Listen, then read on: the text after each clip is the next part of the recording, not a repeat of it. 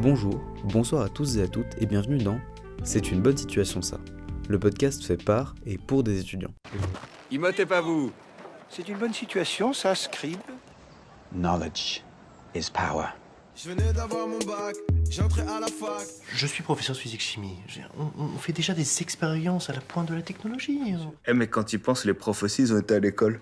Mais vous savez, moi je crois pas qu'il y ait de bonnes ou de mauvaises situations. Bonjour à toutes et à tous, aujourd'hui on est dans un épisode un peu spécial, on commence une série d'interviews de professeurs, d'enseignants dans les études supérieures et du coup on est avec Laetitia Plessis qui est enseignante en anglais à la Sorbonne, c'est bien ça ? C'est ça, entre autres. Du coup, je vais vous laisser vous présenter la matière que vous enseignez et l'établissement dans lequel vous enseignez. Alors moi, je donne des cours d'anglais, principalement de business English. Je donne cours principalement en fait, dans des grandes écoles supérieures, comme à Paris School of Business, qui est plus communément connue comme PSB. Je donne des cours dans des écoles qui ont juste des lettres. PSB, ESG, EGCI, voilà. Et la Sorbonne, qui a un vrai nom. Je me fais gronder en disant ça. Donc effectivement, la Sorbonne anglais pour historien, c'est en fait la toute petite partie de ma spécialisation en fait. Voilà, que je fais parce que j'ai fait l'histoire à la Sorbonne. D'accord. Est-ce que vous pourriez nous expliquer votre cursus et pourquoi vous l'avez choisi ? C'est une question compliquée parce que en fait de base, j'ai un master en communication de l'EFAP, École française des attachés de presse. Sauf qu'en fait, après avoir commencé à travailler, j'ai pas du tout aimé.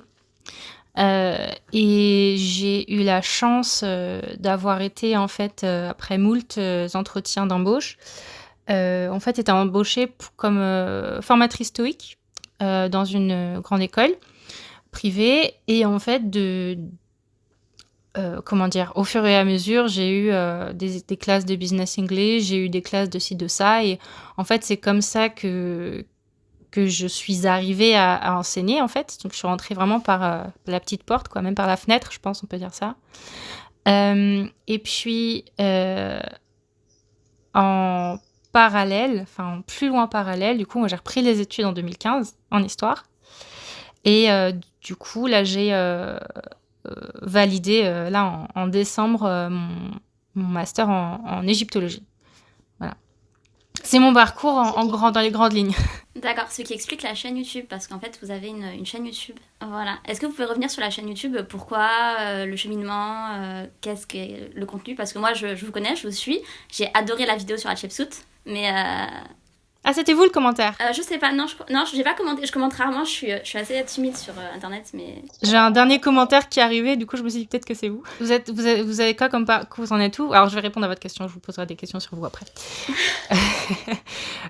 Du coup, on était où ? On disait quoi ? Pourquoi la chaîne YouTube ? Voilà. Qu'est-ce qui vous a motivé à lancer votre chaîne YouTube ?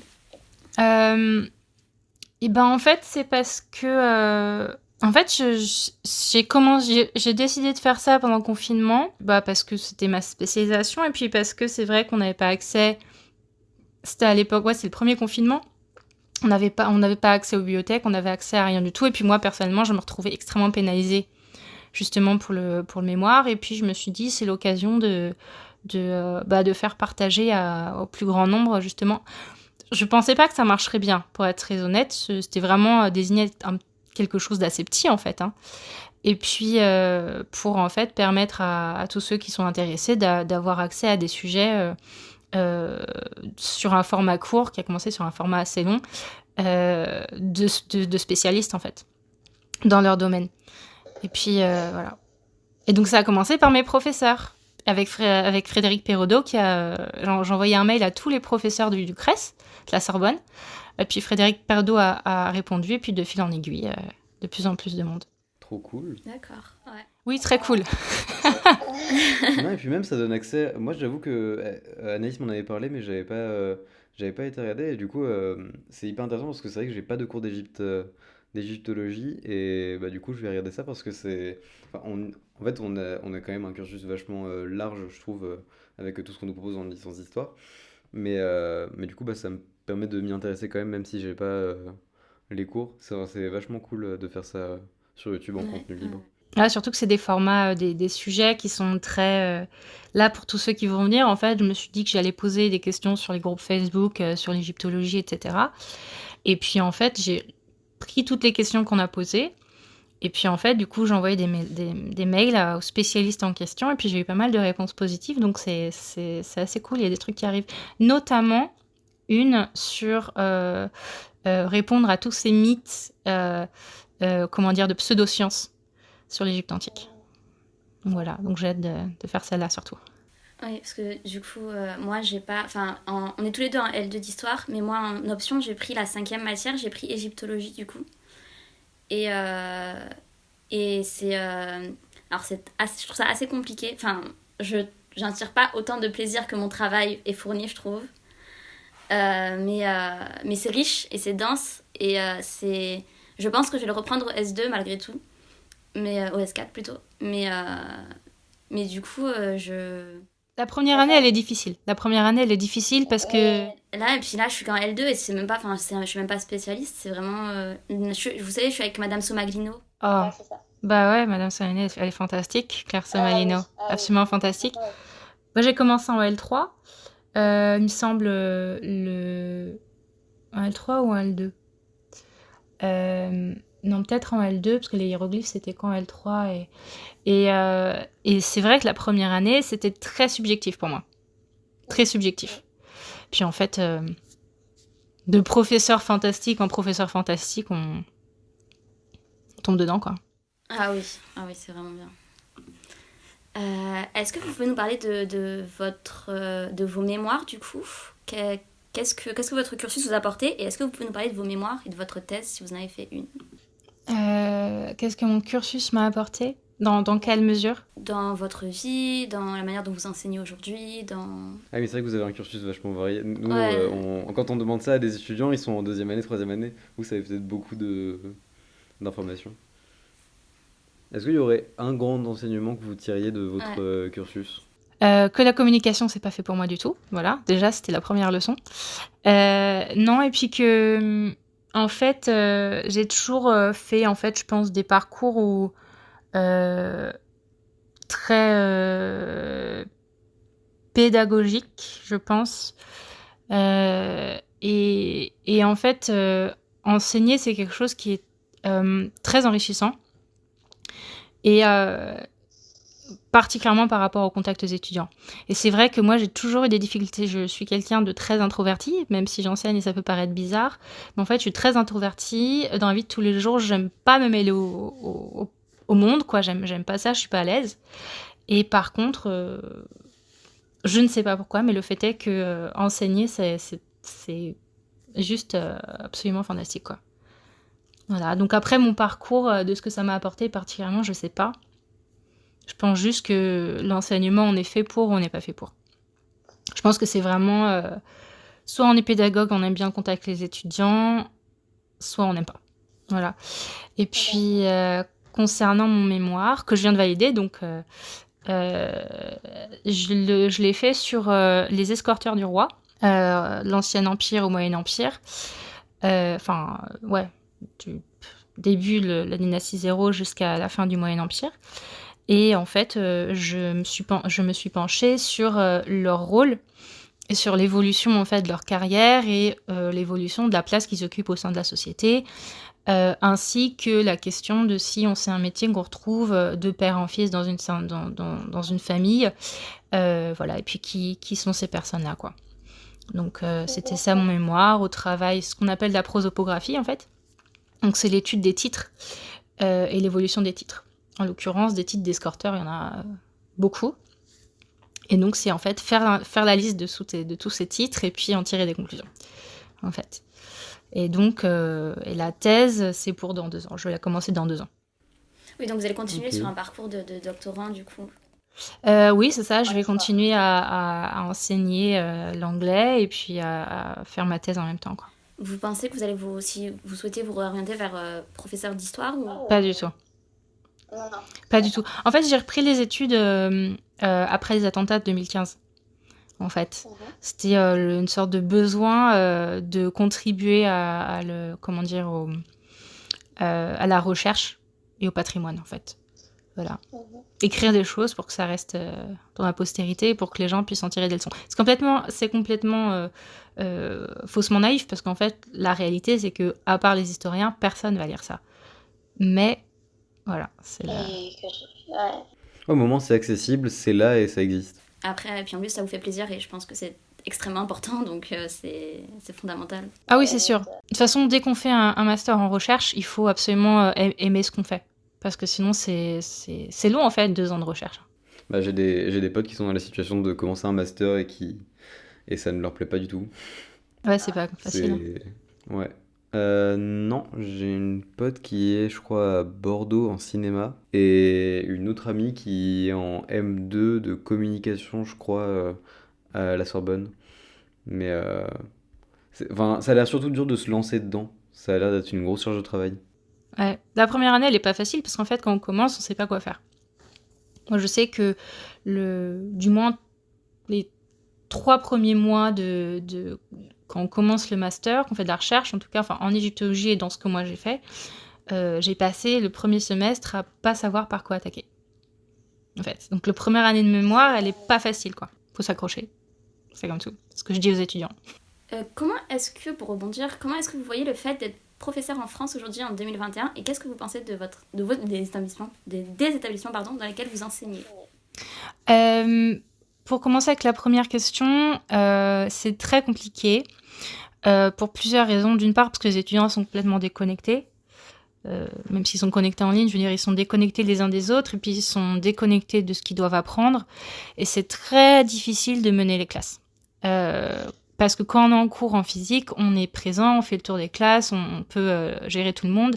Là, il y a un cœur de classe, il va y avoir 5-10 personnes, si on a de la chance, qui vont participer. Il y en a qui participent pas parce qu'ils sont timides, mais ça, je peux pas le savoir parce qu'ils sont pas là. Mes étudiants, je les connais pas cette année. Et c'est très, très difficile pour eux comme pour moi, en fait. Hein. Parce que pour moi, le principe de l'enseignement, c'est de créer un lien avec les étudiants. Parce qu'il n'y a pas de transfert transfert de pouvoir, il n'y a pas de transfert de savoir si on est juste à distance, qu'il n'y a pas de contact. Et puis au-delà de ça, en fait,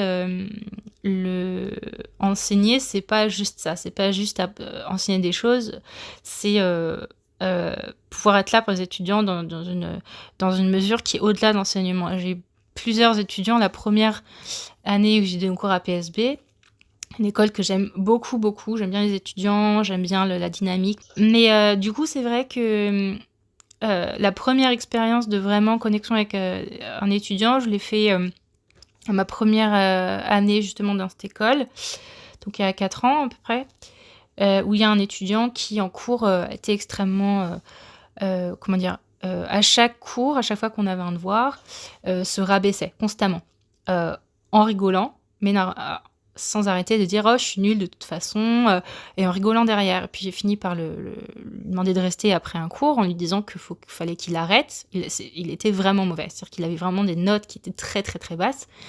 Et donc je lui ai dit qu'il fallait qu'il arrête en fait de se comporter comme ça, parce que le fait est qu'il se tirait vers le bas. Qu'effectivement, il a un niveau qui était faible, mais que plus il faisait ça, plus il perdait de la motivation. Et puis il m'a répondu en disant « Oui, mais je rigole ». Et puis il continue à dire ce que j'étais en train de lui dire, et puis il s'est mis à pleurer, en fait. Parce que, d'une part, je pense que c'est la première fois qu'un professeur lui posait cette question, et d'autre part, parce que ça lui a aussi permis de réaliser que, effectivement, en fait, c'est un mal-être, hein. En réalité, ce genre de comportement, c'est un étudiant qui a un mal-être et qui sait pas trop comment le gérer. Puis au final, il est passé en 2e année, et puis il est passé en 3e année, quoi. Donc, c'est ce genre de choses comme ça, c'est avoir des étudiants qui... on a une quand j'ai en master, enfin qui était en master. Donc le premier jour, généralement, je fais le tour des classes, je pose des questions à gauche, à droite pour voir un petit peu qui est qui pendant les cours. Et puis en fait, je lui ai posé une question et puis elle s'est mise à pleurer. Donc je l'ai gardée après le cours et en fait, elle m'a juste dit qu'elle avait peur de parler à l'oral, que ça la stressait trop. Et donc je lui ai dit, écoutez, c'est pas grave, parlez pas, essayez de prendre la parole de temps en temps, et puis vous verrez que ça vous mettra plus à l'aise, et que vous réussirez au fur et à mesure à parler. Je dis, si c'est un mot, dites un mot, si c'est une phrase, dites une phrase, etc. Et puis en fait, au final, 3 cours plus tard, prenez la parole. Et je pense que c'est vraiment ça. Moi, c'est ça qui m'apporte, qui m'enrichit, en fait. C'est vraiment de voir que les étudiants, ils s'épanouissent et qu'on peut faire quelque chose. Après, c'est vraiment un comportement à l'anglaise ou à l'américaine. C'est-à-dire qu'en France, les profs ont peu une proximité comme ça, en fait, avec les étudiants. C'est assez rare. Et je pense que ça, c'est la clé vraiment pour que les étudiants soient motivés, en fait. Et que même s'ils n'aiment pas la matière, ils restent et puis ils apprennent des choses. Ou alors ils apprennent rien, mais en tout cas, ils passent une bonne année, quoi. Je trouve qu'à la Sorbonne, enfin, en tout cas dans ma licence et dans les cours que j'ai choisis, c'est tout ou rien, voilà. C'est tout ou rien parce que j'ai des professeurs qui sont assez, comment dire, pas qui s'en fichent, hein, mais des professeurs de TD qui font leurs cours bien, mais qui vont pas chercher le contact avec les étudiants. Et j'ai des professeurs qui cherchent le contact au maximum avec les étudiants, limite à ne pas avoir un cours de TD très long, enfin pas un très long moment où ils vont faire cours, mais beaucoup d'échanges avec les étudiants et du coup leur demander un travail en amont pour pouvoir échanger. Non, c'est vrai. J'ai eu quand j'ai repris les études, c'était compliqué quand j'ai repris les études, hein. Je travaillais en même temps, je pouvais suivre 2 cours dans la semaine. Et j'ai eu 2 profs qui ont fait la différence, qui étaient Pierre Taine en histoire moderne et Lorenzo Medini en égyptologie, mais il est à l'IFAO en ce moment au Caire. Il travaille à l'Institut français du Caire. Donc oui, non, effectivement, il y a quelques profs qui sont... La Sorbonne, c'est un peu différent parce que ça reste très académique, et les classes de la Sorbonne, vous êtes très sages. Vous êtes très très sages. Ça change énormément des écoles privées dans lesquelles je donne cours. Il y a énormément de discipline. Ça, c'est cool, en fait. Ah, c'est bizarre, on pourrait s'attendre à l'inverse, en fait. Que comme les gens, ces écoles privées, ils soient plus sages que nous qui sommes quand même un établissement public. À partir du moment où les étudiants, ou les parents des étudiants payent pour une école, c'est très différent. Les étudiants, ils se considèrent un droit, de comportement. Moi, ça va, avec moi, il n'y a pas de souci, mais c'est parce que je l'air d'un bébé avec ma frange et que du coup, il n'y a pas le problème de la distance d'âge plus que ça, quoi. Mais c'est vrai que, non, le comportement est très différent. Et il y a un vrai respect, un respect foncier des enseignants à la Sorbonne. Qui vraiment, les étudiants arrivent et puis il n'y a pas la question ils sont assez directement, c'est des profs, quoi. Dans les autres écoles, il y a une sorte de challenge, il y a toujours 1 ou 2 étudiants qui testent, quoi. Toujours. Mais j'aime beaucoup mes étudiants des écoles privées, je les adore, voilà. Vous avez parlé de méthode à l'anglaise, à l'américaine. Ça vous est arrivé de travailler à l'étranger ? Non, mais j'ai... Bon, c'est des choses qu'on voit dans les films, donc je pense que vous êtes familier à ce à quoi je réfère, une proximité avec les étudiants et les profs. Mais par exemple, avec justement le CREST, là, Claire Ragazzoli avait organisé un voyage à Oxford de 2 semaines. 1 semaine, 2 semaines. Et on a passé, en fait, des cours à Oxford avec Richard Parkinson, justement, que j'ai interviewé, et c'est très différent. C'est extrêmement interactif, le prof est extrêmement proche des étudiants, c'est vraiment, vraiment cool, quoi. C'est très différent. Et ça, c'est bien. Justement, sur la manière d'enseigner, enfin sur le travail en question, avant d'enseigner, est-ce que vous aviez des a priori sur cette profession ? Qu'est-ce que vous en pensiez et qu'est-ce que vous en pensez maintenant si jamais ça a changé ? Absolument pas d'a priori. J'ai toujours été une élève sérieuse, et j'ai toujours aimé l'enseignement. Je pense que quand on est petit, on joue tous à des trucs, et je sais que les premiers trucs auxquels on jouait, c'était à la maîtresse. Et je pense que tous les enfants jouent à ça au début. Mais c'est quelque chose qui pour moi était extrêmement... je sais pas, j'ai commencé à donner cours et c'était extrêmement intuitif, et il n'y a pas de... Je sais pas, c'est le genre de choses où quand vous trouvez un métier qui vous correspond, il n'y a même pas la question d'appréhension, je pense. Mais le premier jour où j'ai donné cours, j'étais stressée. Mais ça, c'est normal de se retrouver devant une classe. J'avais 24 ans, je crois. Et je me retrouvais devant des classes de master, donc qui avaient à peu près mon âge, quoi. Donc ça, c'était impressionnant. Quoi. La première année d'enseignement. Mais sinon, pas d'appréhension. Et ça n'a pas changé aujourd'hui. Je trouve plus le mot en français, mais ça a au contraire conforté comment dire, la manière dont je ressentais les choses avant de commencer, en fait. Enfin, quand j'ai commencé. Et au contraire, ça m'a... C'est pour moi, quoi. C'est vraiment, j'enseigne et j'arrêterai pas d'enseigner, quoi. D'accord. Mais si c'était un peu comme une vocation, de la manière dont vous le dites, pourquoi vous vous êtes dirigé vers la communication, pardon. Parce que j'étais intéressée par le journalisme, en fait. Et puis, c'est quoi quand on a au lycée, il y a le truc d'orientation, la conseillère d'orientation, qui m'a dirigée vers les FAP. Et je pense que la communication, en fait, c'est assez proche, en fait. Enseigner, c'est communiquer, en fait. C'est pas si loin que ça. Mais en fait, je suis allée jusqu'au bout parce que c'est une école privée. Et que du coup, c'est mes parents payant la chose, et étant donné que c'est pas donné, je suis allée jusqu'au bout du cursus pour cette raison. C'était aussi une bonne expérience, hein, c'est très différent de ce que je connaissais, et mine de rien, c'est enrichissant. Parce que ça m'a fait côtoyer des types de personnes qui sont absolument pas de ma catégorie sociale, puisque c'est très, très, très... les FAP, le nom, j'ai appris ça par journaliste, ou je sais plus, dans un des stages que j'ai fait. Les FAP, donc École française d'attaché de presse, c'était connu à l'époque, je sais pas si c'est encore le cas, comme l'école des filles à papa. Pour vous donner une impression du catégorie, la classe sociale. Voilà. Mais bon, je regrette rien du tout. C'était une très bonne formation. Au-delà de ça, l'école était une très bonne formation. Et puis, il y avait des cours de journalisme, entre autres. Et ça m'a vachement... Ouais, j'ai beaucoup aimé ça. Même si travailler dedans, c'était pas mon truc. Mais ça aurait pu. Et en soi, justement, est-ce que ça se trouve non, hein, mais est-ce que ce que vous avez pu apprendre dans cette école vous a peut-être resservi pour votre chaîne YouTube, pour communiquer justement, ou pas du tout? Je sais pas, je pense pas, parce que c'est trop lointain. Je pense qu'en fait, la chaîne YouTube, c'est juste un mélange de moi qui suis prof et qui interroge d'autres profs, et je pense que c'est pour ça que je suis assez à l'aise. Mais je pense pas que le fait de... Après, je sais pas. 4 ans dans une école de com, ça forge forcément, ça donne forcément des réflexes. Maintenant, en fait, ça, c'était principalement, je pense... Ça m'a principalement aidée. Voilà.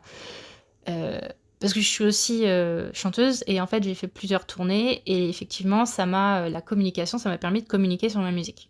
Effectivement, voilà, j'ai oublié ça. Donc de contacter les radios, d'envoyer des communiqués de presse, etc., etc. Mais vous la médiatisez pas spécialement, la chaîne YouTube, il n'y a pas de compte Instagram ou Twitter ou un truc comme ça? Non, il n'y a pas de compte Instagram. Il y a un Twitter, que j'ai ouvert justement lorsque j'ai ouvert la chaîne, pour communiquer. Maintenant, compte Instagram, non. Parce que, en fait, je sais pas, j'ai pas grand chose à poster d'autre, si ce n'est les vidéos. Et donc, un compte Instagram où on poste juste les vidéos qui sortent, ça sert pas à grand chose. Donc, ouais, il y a la chaîne, et puis il y a Twitter, quoi. Voilà, c'est tout. Parce qu'à la base, c'était pas destiné à être quelque chose de gros, en fait. À la base, c'était juste... Moi, j'ai pas un très grand réseau, hein. Comment dire, j'ai pas un grand réseau social sur Facebook ou quoi. Et du coup, je m'attendais pas à ce que ça marche autant, en fait. Vas-y, Anaïs. Tu veux qu'on fasse le jeu? Ouais, ça peut être rigolo. Il y a un jeu? Ouais. Il y a un jeu, ouais. Dites-moi. En fait, c'est un jeu qu'on fait avec les étudiants, donc on l'a gardé, mais je sais pas si c'est très... Ah, allez-y. J'ai un album qui va sauver le monde. Jeudi à minuit, j'ouvre le champagne comme les enfoirés. Ouais. T'es choqué, cette intro. Voilà. Raphaël, je te laisse commencer. Comment paraître non culturé face aux étudiants? Allons-y. Non. Alors, moi je commence avec... Le problème, c'est que les humains ont un don pour désirer ce qui leur fait le plus de mal. Là, je veux dire, c'est philosophie ou... Alors, en gros, oui, nous, c'est pas philosophie ou rap, on a dit littérature ou street. Littérature? Ouais. Et est-ce que vous aurez une idée ou pas du tout d'où ça peut venir? Aucune idée. Ça vient d'où? C'est Dumbledore dans Harry Potter à l'école des sorciers. Mais oui, mais c'est en français. Est-ce que c'est pas moi qui t'ai donné Ah. l'idée de tirer dans Harry Potter à cause de ce que je t'ai dit la dernière fois sur Mais non, c'est Voldemort? parce que j'ai vu que vous étiez fan d'Harry Potter, donc j'ai Mais téléchargé vite oui. Mince, faut le faire en anglais. Je sais qu'on a beau en baver, il vous reste toujours quelque chose à apprendre. Street. Non, c'est La vie devant soi d'Émile Ajar. Que je n'ai pas du tout. Oh, mais c'est fait exprès parce qu'en fait, le narrateur interne, c'est un enfant de 10-11 ans qui parle. Et donc, c'était fait exprès. Ok. La réussite est belle, mais elle séduit peu d'hommes. La réussite est belle, mais elle séduit peu d'hommes. Ah, celle-là, elle est dure. Street. Oui. Ok. C'est un son de Bécard dans Soleil s'allume. La réussite est belle, mais elle séduit peu d'hommes. Travaille sur tes peines, dis-toi que c'est Dieu qui donne. Tout ce qu'il dit ne sera jamais aussi violent que tout ce qu'il pense. Ça, j'ai envie de dire littérature. C'était Street.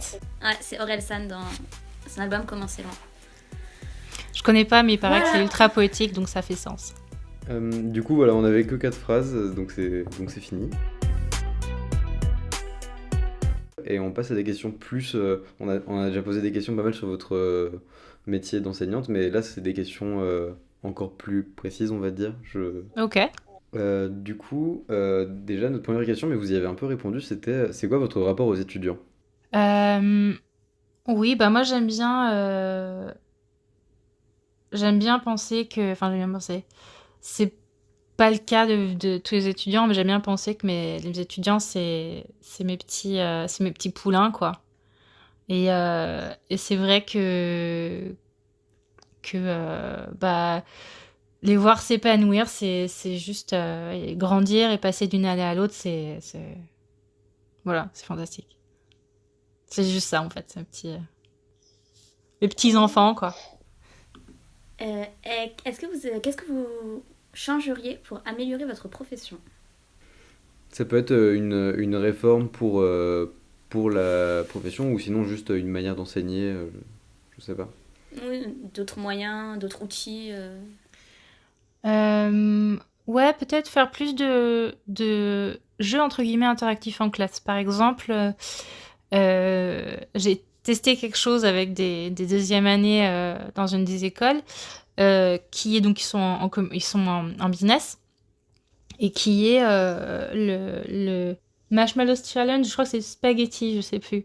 Où en fait, le but c'est de créer une tour la plus haute possible en utilisant des spaghettis et du marshmallow.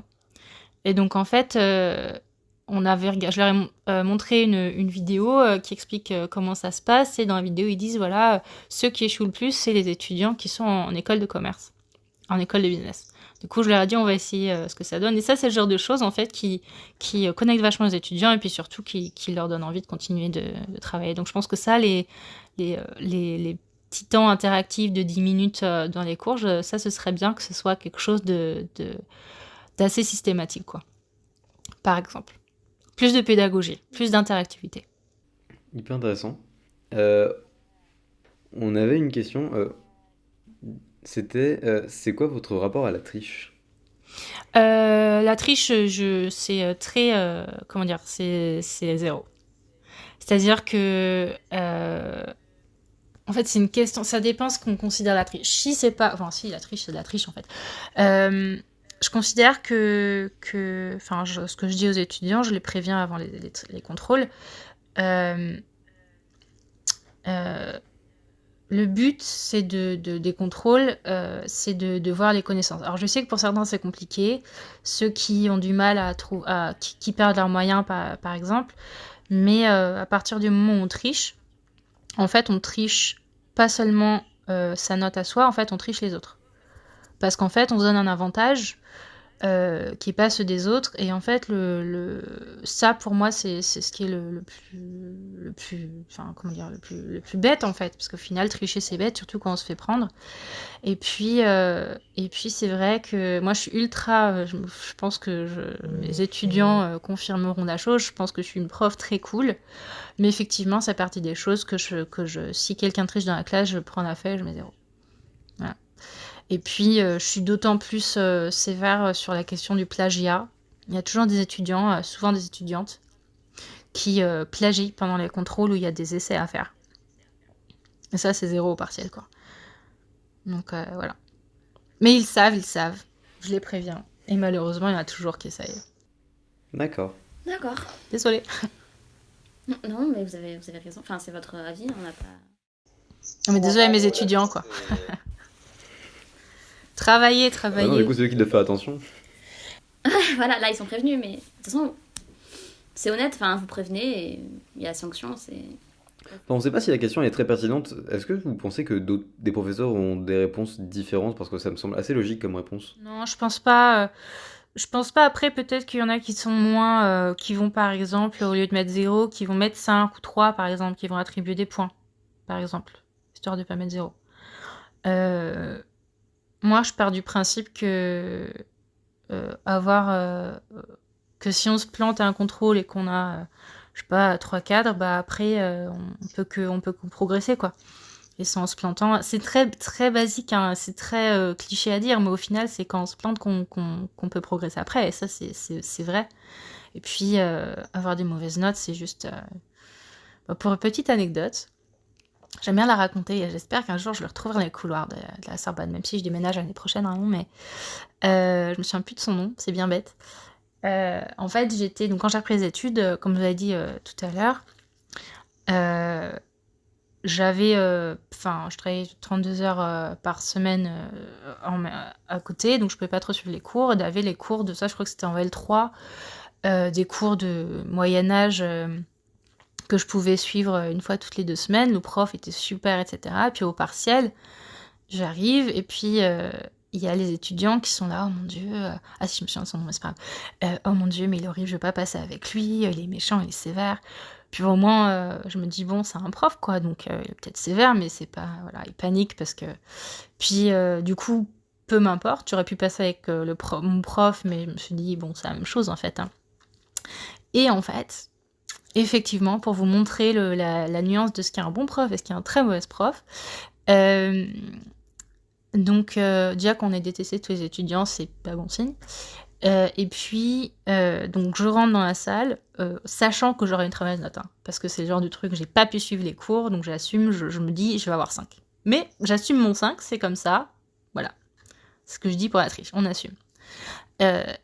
Et je commence le truc, je donne tout ce que j'ai, j'écris mon plan, et puis je vous fais un bon coup et je commence à parler. En sachant très bien que je donnais tout ce que j'ai, même si ça va être ridicule, mais je donnais tout ce que j'ai. Et là, donc il y avait un doctorant dans la salle, je pense qu'on était dans la bibliothèque et il y a un doctorant qui rentre, qui fait son truc, peu importe. Et en fait, je lis ma feuille, puis à un moment, je lève les yeux pour m'adresser au prof, et je le vois, qui regarde le doctorant, et qui lève les yeux au ciel. Mais comme ça. Je me suis arrêtée, je fais, vous me dites si je vous embête, hein. Moi j'arrête, y a pas de souci. Non, continue, je fais non, je m'arrête, y a pas de souci. Et donc, est-ce que vous savez combien il m'a mis ? En fait, en gros, les critères de notation, normalement, quand on donne cours, 0, c'est quand la personne ne se présente pas. 1, c'est quand la personne se présente et fait rien. Puis après, généralement, quand la personne fait quelque chose, c'est 3, quoi, à peu près. Il m'a mis 1. Il m'a mis 1. Ça m'a fait rire parce qu'en fait, ça montre... déjà, ça m'a pas surprise par rapport à sa réaction, en fait. Mais ça m'a fait halluciner parce que c'est vraiment le genre de choses... Et c'est en fait, il y a beaucoup de... Comment dire ? Quand on passe son agrégation, on est obligé, on doit donner des heures. On est obligé de donner des heures. Et c'est vraiment le genre d'enseignant qui, en fait, n'est pas fait pour enseigner et que ça saoule et qui méprise les étudiants au plus haut point, en fait. Est-ce qu'on pourrait savoir comment il s'appelle pour pas le prendre ? Non, ou alors, au mieux, si vous ne vous souvenez pas de son nom, quelle matière ? Comme ça, on fera nos recherches. C'était quelle... Je crois que son nom de famille, c'est... Ah bah tiens, Il est détesté par tout le monde. Ah voilà, il y a quelqu'un qui l'a eu ce semestre. Il y a quelqu'un qui l'a eu ce semestre. Vous l'avez ce semestre, qui ? Moi, je l'ai eu ce semestre et en fait, alors autant mon exposé, bon, je m'étais déchirée pour cet exposé, donc il avait pas à mettre une note inférieure à 15. Mais en plus, le pire dans cette histoire, c'est que donc il y a un manuel qui nous a fait ficher certains chapitres d'un manuel. Et dans le manuel, à un moment, l'auteur nous dit quelque chose en disant texto, il le dit, c'est misogyne. Donc moi, en gros, ce conflit-là et tout était basé sur des fondements misogynes. Donc moi, je ressors cette phrase-là, mais en fait, j'avais oublié, parce que vous faites plusieurs lectures, vous oubliez, vous mélangez vos notes et tout. Et je dis, donc en troisième partie, je sous-tends et je termine carrément presque en disant, tout cela était fondé sur, voilà, en fait, donc j'explique pourquoi est-ce que c'était notamment misogyne, cette manière de succession. Et il y en a eu un débat pendant 40 minutes où il me disait, c'est pas vrai, vous pouvez pas dire ça parce que c'est appliquer des vues d'aujourd'hui à l'époque. Et je suis d'accord avec lui. C'est un anachronisme et tout. Sauf que quand c'est écrit dans un manuel et ce qu'il nous a donné pour de lire, à un moment, je sais pas où je me place en fait. C'est. Voilà. Et deuxième chose, il nous a donné un devoir à faire. La meilleure note, c'était en fait en 1 heure, on devait faire une introduction de commentaire, une introduction de dissertation. Complète, hein, c'est-à-dire tout avec problématique et plan, tout ça. Et c'était pendant le deuxième confinement, là. Donc on devait envoyer avant une certaine heure précise, donc on avait 1 heure. Et j'ai eu... En fait, la meilleure note à ce devoir, ça a été 11 parce que ils mettaient les listes avec les fiches avec tous les élèves et toutes leurs notes. La meilleure note à ce devoir, ça a été 11. Moi, j'ai eu 9 et j'ai perdu des points à cause des erreurs de l'orthographe. Mais c'était juste infaisable, en fait. On est en L2, en 1 heure, faire 2 introductions. Et en plus, ils retiraient des points pour l'orthographe. Je comprends, c'est normal, on n'est pas censé faire de fautes d'orthographe, je le comprends. Mais j'ai trouvé ça vraiment abusé dans les conditions actuelles de nous faire ça. Non, il est pas prof de lettres. Il est pas prof de grammaire, il est pas prof de vocabulaire. Si votre copie, elle est bourrée de fautes, c'est une chose d'enlever des points, parce que c'est horrible à lire. Mais s'il y a 5 fautes dans la copie, on n'enlève pas des points pour les fautes d'orthographe. On ne fait pas ça. Vous pouvez... Ça, moi, en tout cas, ça dépend de vous, mais moi, en ce qui me concerne, vous pouvez le podcaster, ça.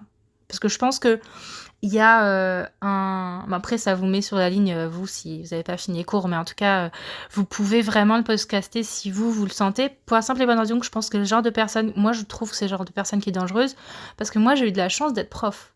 Avoir un 1, ça m'est passé au-dessus de la tête, parce que je reprends les études de mon plein gré, que je suis prof, et donc ça me fait halluciner plus qu'autre chose. Mais c'est un comportement qui est condamnable. Parce que les étudiants qui sont en première année ou deuxième année, je sais plus si c'est en deuxième ou troisième en fait, si deuxième peut-être, c'est condamnable parce que les étudiants qui sont en début de leur étude, ça les casse. Et ça peut casser quelqu'un psychologiquement en réalité, ça peut te dégoûter d'étudier. Et ça, c'est vraiment quelque chose que j'ai rêvé de le croiser dans les couloirs tellement de fois, juste pour lui dire ce que je pensais dans le hall devant tout le monde. Mais ça, c'était un fantasme de faire ça, et puis je l'ai pas croisé, du coup j'étais triste, mais vraiment c'est... Puis il y a des questions... De toute façon, en vrai, on peut le laisser. Au pire, on peut dire que c'est... Attends, au pire, on prend à ce moment-là, c'est un prof dont le nom commence par... Il ne connaîtra pas. Ouais. C'est toi qui montes ça, Raphaël. C'est toi qui montes cet épisode-là, Raphaël. Donc on verra parce que... Pas de soucis. On n'a pas fini nos études, j'ai pas envie de me faire... sur un malentendu, on retombe sur lui. Non, mais c'est... Unilatéralement, plusieurs personnes nous ont dit... Ouais. Soit qu'on leur parle avant de notre ressenti... ils sont montés au créneau en nous disant non mais lui il est terrible, Ouais, puis il y a des histoires de harcèlement limite sexuel. Une de mes, c'était pas avec moi dans la classe, mais de mes camarades qui me racontait que en fait, par exemple, elle avait fait, donc le prof était très gentil avec elle, lui envoyait des messages, etc. Alors que il est pas gentil, c'est quelqu'un de foncièrement méchant, hein, faut dire ce qu'il est, c'est le grand méchant loup. Et puis, en fait, elle avait fait à peu près le même devoir qu'un de ses camarades. Je me souviens plus la note qu'elle m'avait dit, mais qui avait en dessous de la moyenne. Et elle avait une très bonne note, avec presque le même contenu. Et en fait, il y a vraiment, et c'est pas la seule, d'avoir des histoires de filles, de jeunes étudiantes qui, effectivement, ont ce comportement-là de la part de ce prof-là. Il y a des dossiers énormes à monter contre lui, en réalité. En fait, si on fait le tour de tous les étudiants et toutes les étudiantes, il y a un dossier à monter. Et pourquoi c'est pas remonté à l'administration encore pourquoi c'est pas connu? Parce que tout le monde le dit sans être de la même année, c'est trop bizarre. Tu peux pas critiquer un mauvais prof, un prof qui te met des mauvaises notes. À bout d'un moment, c'est peut-être toi qui travailles pas, tu vois. Moi, je m'en fiche, genre je sais que je prends pas mais au si S4. c'est tout le monde. Mais oui, mais peut-être que tout le monde est nul. Tu vois ce que je veux dire? Il est pas condamnable. Non, je crois qu'il a été. Non, je crois qu'il a été. Il y a déjà eu un dossier qui s'est monté, il me semble, pour une question de harcèlement en fait, mais qui a été mise de côté par Enfin, ça, c'est ce qu'on m'a dit. Après, encore une fois, les on-dit, ça peut être complètement faux, hein, qu'on soit clair. Oui, oui. Mais enfin, si c'est vrai, ça a été mis de côté par la direction. Mais effectivement, quand j'ai discuté avec ma camarade à l'époque, on avait largement de quoi monter un dossier, en fait. Si vous prenez des témoignages de harcèlement, ne serait-ce que moral, en fait. Et ce genre de choses, on met à quelqu'un qui a fait un travail, par exemple, ça c'est un truc... Moi, ça me fait rire, mais encore une fois, ça peut casser un étudiant, quoi. Bah, vous êtes venu, vous êtes quand même présenté, Ouais. vous avez tenu votre oral, quoi. Même si vous avez peut-être, enfin, je sais pas, vous mettez pas 1, vous mettez 5 à la limite, mais pas 1. Ouais, bah écoutez... Je trouve ça... Ouais. Bah, je pense que c'est la première fois que quelqu'un lui tient tête à ce monsieur, aussi, peut-être. C'est drôle parce que la prochaine question, ça allait être est-ce que vous aurez une anecdote autour de votre profession? Bah, du coup, on en a déjà 2-3, je crois. Ah oui, ouais, je pense que... Des anecdotes, il y en a. Est-ce que vous pouvez nous parler d'un élément de votre programme qui vous intéresse particulièrement, que ce soit à enseigner ou dans vos études qui vous a particulièrement intéressé? Bah, dans mes études d'égyptologie, clairement. Moi, je suis pas fan d'égyptologie. C'est pas quelque chose où je me dis, j'aurais toujours voulu étudier l'égyptologie. C'était en sortie de la L3, il me restait... Enfin, mes matières préférées dans lesquelles j'étais la meilleure, c'était histoire moderne ou égyptologie. J'ai choisi le prof, un des 2 profs, je me dis, allez, égyptologie. Encore une fois, les profs font toute la différence. Quand ça vient à la fin de la L3, il y a effectivement les préférences non, d'ailleurs, je dis des bêtises, c'est pas du tout le prof qui m'a fait décider, pas du tout. Je dis des bêtises. Ce qui m'a fait décider, c'était le nombre de personnes faisant un master. Parce qu'en histoire moderne, il y en a trop, 40 milliards, je donne un chiffre au pif, mais il y a énormément d'étudiants qui font un master en histoire moderne, et il y en a beaucoup moins en égyptologie. Donc forcément, c'est plus simple en égyptologie, il y a plus de proximité avec les enseignants. D'ailleurs, l'équipe est fantastique en égyptologie. Contrairement à d'autres trucs, c'est une vraie petite famille. Bah, Claire Soumaïno, par exemple, a eu un impact considérable. Elle est fantastique, enfin, ses cours ils sont tellement intéressants. Et puis c'est vraiment une professeure proche de ses élèves, même si on est en amphi. Pour le coup, avant chaque cours, elle nous demande est-ce qu'on a des questions classiques, mais aussi est-ce que ça va, est-ce qu'on veut parler de comment le confinement nous affecte, de pourquoi est-ce qu'on s'est tourné vers ces matières, vers l'histoire et tout. Elle est vraiment... Il n'y a pas juste, elle vient, elle fait son cours, elle part. Non, c'est vraiment une très bonne prof, mais au-delà une très bonne personne, en tout cas, de ce que je la connais. Ouais, elle est vraiment, vraiment bien. Du coup, on va toucher à la fin. On va passer aux 2 dernières questions. Tu as vraiment posé cette question-là. Oui, bien sûr. On a 2 questions majeures, du coup. La première, c'est pour vous, quelle est la meilleure couleur de Dragibus? Je dirais les rouges. Ah oui? Je dirais les rouges. Parce que le fil conducteur de ce podcast, c'est de savoir si les gens préfèrent pas les noirs et les bleus. Mais apparemment non, d'accord. Ouais, Très désolée. bien. Et si je devais choisir entre les noirs ou les bleus, je choisirais les noirs. D'accord. Très bien. Mais ils sont pas dans le top, les noirs. C'est vrai? C'est quoi dans le top? C'est Non, les je vous bleus? demande juste, ils sont... Pour vous, Ah ils sont non, pas dans non. le top, les noirs? Bah disons que si on doit en choisir 2, ce serait les noirs et les rouges. Mais les rouges, j'aime bien. D'accord. Désolée. Non, c'est pas grave, c'est... Il fait ses statistiques, en fait. Il fait ses statistiques à chaque épisode. Ouais, je me suis posé la question parce qu'il y a la question de oui, est-ce que ça a vraiment des goûts? Mais moi, je crois que ça a vraiment un goût parce que je sais, je les reconnais si j'ai les yeux fermés. C'est des rouges, des noirs, ou des verts, ou des bleus. Surtout les bleus, ils ont un goût en fait. Les bleus, je sais pas pourquoi. C'est pas, ils sont pas bons les bleus. J'aime pas les bleus, ils sont pas bons. Anaïs n'aime pas, du coup, elle a quand même des doutes. Donc, Ouais. on testera un jour quand on pourra reprendre le présentiel. En fait, là, juste avant de finir, je vais vous poser la dernière question qu'on pose à tous nos invités. Madame Plessis, qu'est-ce que vous feriez si vous n'aviez pas peur? Si j'avais pas peur, je pense que si j'avais pas peur, je sauterais en parachute. Pourquoi? Parce que j'ai une peur, une peur de la chute. Donc en fait, tous les trucs dans lesquels il s'agit de tomber, je sais pas. Voilà. Donc ça, pourquoi? Parce que ce serait quelque chose que je pourrais vraiment apprécier. Et puis il y a tellement de monde qui le fait. Ah, c'est génial. Moi, je me dis non, c'est pas génial du tout. Donc si j'ai pas peur. Voilà. D'accord. Et avant de clôturer, on voulait vous demander, à l'issue de cet épisode, est-ce qu'il y a une question que vous auriez aimé qu'on vous pose? Non. Parce que, en fait, bon, ça fait vachement question d'entretien d'embauche, c'est juste que, bah, en fait, c'est vrai qu'on parle pas régulièrement avec nos professeurs et en faisant ces entretiens, on a quelques idées de questions qu'on a envie de leur poser, mais c'est vrai qu'il y a des choses sur lesquelles ça se trouve, ce serait plus pertinent de les interroger et on sait pas du tout. Donc, Non, on est un peu posé les questions, on s'est basé sur ce qu'on posait aux étudiants, parce qu'on a déjà enregistré avec des étudiants.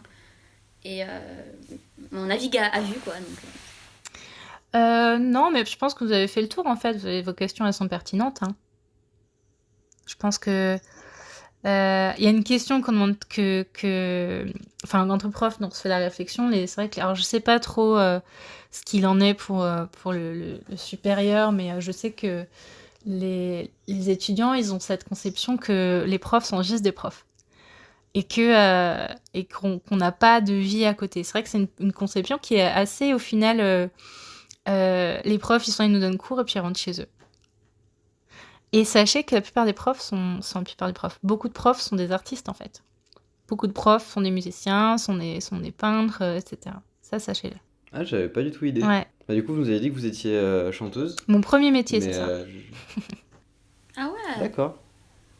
Et vous avez sorti des disques qui sont disponibles J'ai sorti sur 2 Spotify. disques. Un en 2011 et un en 2015. Bah, si vous voulez, vous pouvez nous envoyer les liens de où est-ce qu'on peut les écouter et on les mettra dans la description de l'épisode, Ok. si vous voulez. Bah, je viens. Voilà. Ouais. Donc voilà, ouais. Beaucoup de vos Et- profs sont des artistes. Bah justement, c'était une question qu'on se posait avec Anaïs au tout début, parce que la première question c'est présentez-vous. Donc, bon, on avait noté nom, prénom, cursus et engagé dans une asso. Est-ce que vous êtes dans une asso d'ailleurs au passage? Non, je suis pas dans une asso. Je suis, comment dire, je contribue régulièrement alors c'est plus une association maintenant, mais il y a 4Ocean, 4 et océan, pour l'océan en fait, qui, en fait, je me souviens plus quand est-ce que ça a débuté, en 2007 je crois, où en fait, ils récoltent tous les déchets dans les océans. Tous les jours, et en fait de ces déchets plastiques ils en font des bracelets, plein de choses, et ils les vendent, et les gens en fait les achètent, ils les collectionnent, et ça permet de donner des fonds. Et ils ont commencé comme une association, aujourd'hui ils emploient énormément de monde, ils ont des bateaux, enfin bref, voilà. Donc ça c'est quelque chose dans lequel je suis investie. Ouais. En fait, on a une partie juste en outro, on a une partie où on fait des recommandations culturelles, on va dire, sur des choses qu'on a vues récemment ou écoutées ou lues. Et oui, ou pas forcément récemment, mais juste quelque chose qui vous tient à cœur si vous voulez. Voilà, si Donc, vous voulez oui. recommander un livre, une chaîne YouTube, un podcast, n'importe quoi, un truc qui vous plaît. Ma chaîne YouTube. Et sinon, en lecture, oui, alors énormément de choses. Grand classique, mais absolument fantastique, c'est Alexandre Dumas. Alors, pas les Trois Mousquetaires, même si les Trois Mousquetaires, c'est fantastique, mais Le Comte de Monte Cristo, qui, je considère, est un des meilleurs d'Alexandre Dumas. Philippe Pullman, pour changer de répertoire, qui a sorti de nouveaux livres, là, mais qui, pour ceux qui sont un peu dans Harry Potter, c'était à peu près la même époque, et c'est la trilogie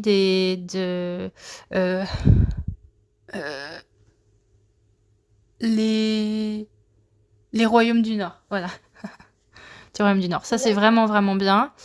Et puis sinon, il y a plein de choses, hein. Aussi Ben Okri. Voilà, Ben Okri, lisez Ben Okri. Ben Okri, la trilogie de Famist Road. C'est absolument magnifique. Ça se passe, c'est entre le mystique et, enfin, pas vraiment la fiction. En fait, en gros, c'est sur les... Ça se passe en Afrique pendant la colonisation. Sauf qu'en fait, c'est complètement sur le côté, ça. On le voit de temps en temps, mais c'est vraiment sur les enfants... ça fait longtemps que je l'ai pas lu, mais sur les enfants... Comment ils appellent ça ? Les enfants esprits ou quelque chose comme ça. Ça commence avec un petit enfant c'est des enfants qui naissent et qui peuvent renaître, en fait. En gros, c'est un petit garçon qui évolue dans le monde et qui grandit dans ce monde-là. En Afrique, je le vends très très mal. Mais c'est magnifique. Moi, faut pas que vous me demandiez de faire des résumés de livres. Appelez son nom, s'il vous plaît. Ben, B-E-N, et Okri, O-K-R-I. À toi, Raphaël, tu nous présentes quoi? Oui, tu nous présentes quoi? Du coup, l'autre jour, on en a parlé pendant 2 heures, Anaïs. Moi, je vais recommander le spectacle One Man Show de Bob Burnham, Make Happy, sur Netflix. C'est un humoriste, auteur, compositeur et metteur en scène qui est génial, qui fait vraiment enfin, qui fait un humour qui est juste des fois complètement barré et des fois hyper touchant, et du coup, bah, c'est Ok. très sympathique. Si vous connaissez pas, vraiment, c'est un spectacle qui se regarde en 1 heure sur Netflix. Et en fait, c'est lui qui compose et pas mal des sketchs sont des musiques. Et il est juste trop fort. Et il Bah, met je trop en regarderai scène ça. lui-même et c'est hyper carré. Je regarderai ça parce que là, je suis sur les légendes Legend of Tomorrow. Je mange les séries, moi, malheureusement. C'est très mal, mais... Moi, je vais vous parler d'un podcast. On y revient. Je vais vous parler d'un podcast que j'ai découvert il n'y a pas si longtemps que ça, qui s'appelle La Librairie Yokai. Pour les gens qui ne savent pas, les yokai, c'est tout ce qui est le mysticisme et le folklore autour de la mythologie, des fantômes, des esprits frappeurs, des sorcières au Japon. Et en fait, dans chaque épisode, les animateurs reviennent sur... qui en fait, c'est des Français expatriés au Japon. Ils reviennent sur un yokai. Et contrairement à nos légendes européennes, voire françaises, le yokai est beaucoup plus implanté dans leur culture. Ça peut être aussi bien un animal ou un parapluie hanté ou quelque chose comme ça, en fait. Et c'est très très ancré dans leur quotidien. On le voit partout dans leur vie de tous les jours. Et donc les animateurs reviennent chaque épisode sur un yokai. Ils le décrivent, ils vous expliquent son histoire, les différentes versions selon les régions du Japon, et comment lutter contre ce yokai. Voilà. Et c'est super bien, et moi je suis accro, et voilà. Et on trouve ça où? C'est disponible sur toutes les plateformes, Apple Podcast, Spotify, Deezer, toutes les plateformes où vous pouvez écouter du podcast. Voilà. Ça m'intéresse.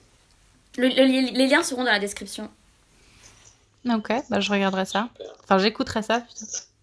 Ok, bah c'est tout. C'était tout pour nous ce soir dans ce nouveau format. On espère que vous l'avez apprécié. On remercie à Madame Plessis d'être venue partager son expérience avec nous.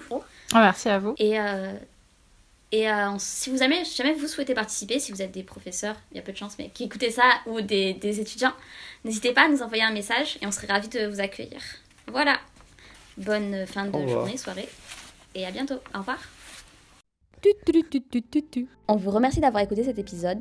Vous aurez tous les liens de ce qui a été abordé dans la barre d'infos ou sur la page du podcast. Ce podcast est rendu possible grâce à la contribution de la Maison des Initiatives étudiantes, du soutien de la mairie de Paris et de la faculté de la Sorbonne. Merci.